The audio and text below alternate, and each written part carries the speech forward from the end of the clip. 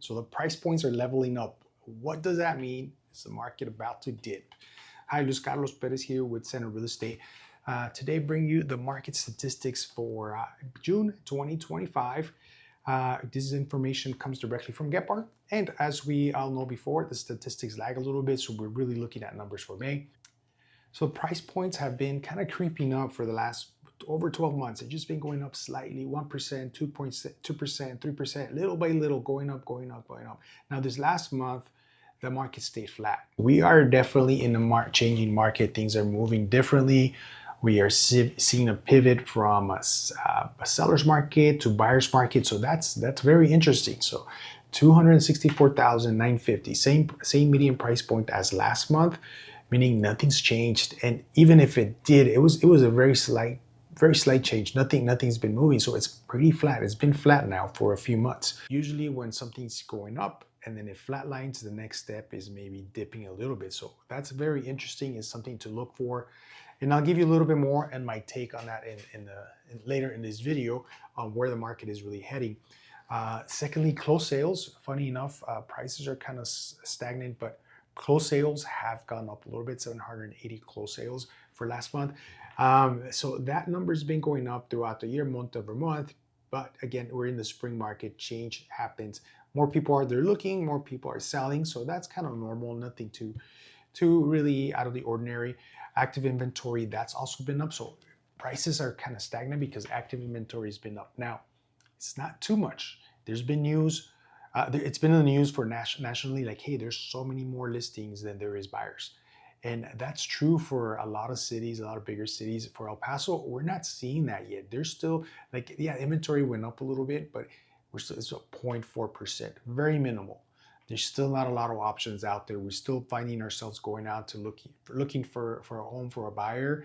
Maybe nothing is suitable for them after looking at a handful of homes, and then that's all we could see in that price point, in that neighborhood, in that part of town. So 2,838 homes are active inventory in El Paso.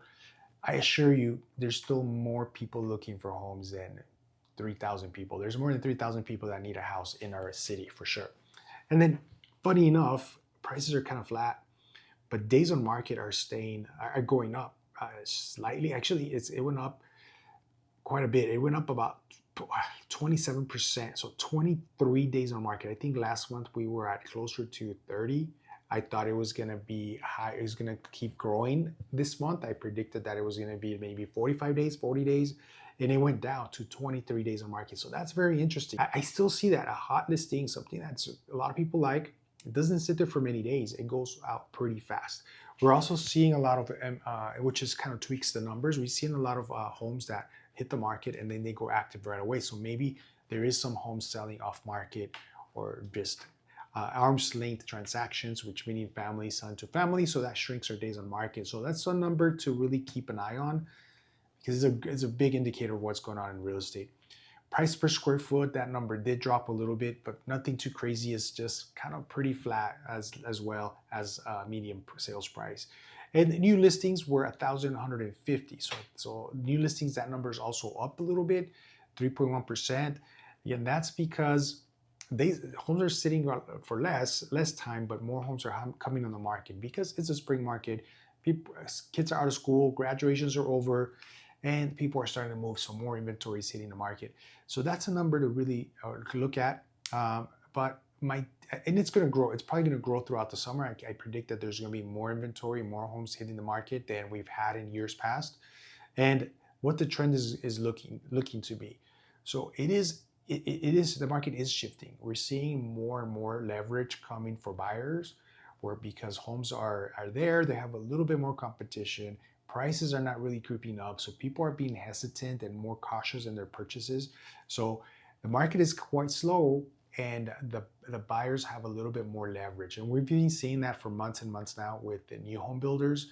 There's a lot of incentives, crazy amount of deals that you could get in a new home.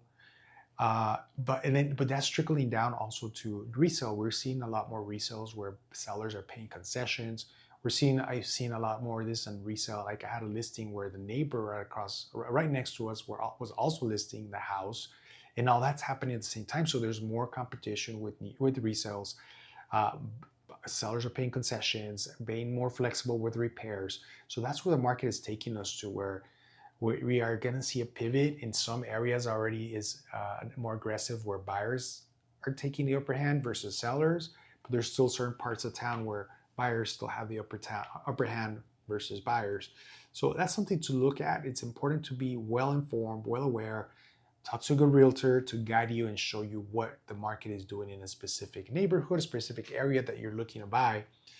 But that's my take on the market update for June.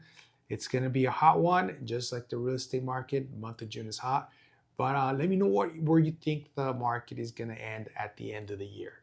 I'll see you next month.